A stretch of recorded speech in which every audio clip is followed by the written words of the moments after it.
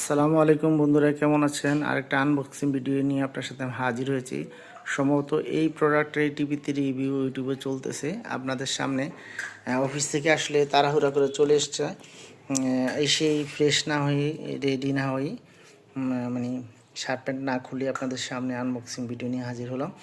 আপনারা দেখতে পাচ্ছেন হ্যাবিটের HBKB22BT এই প্রোডাক্টটি আজকে পারচেস করলাম।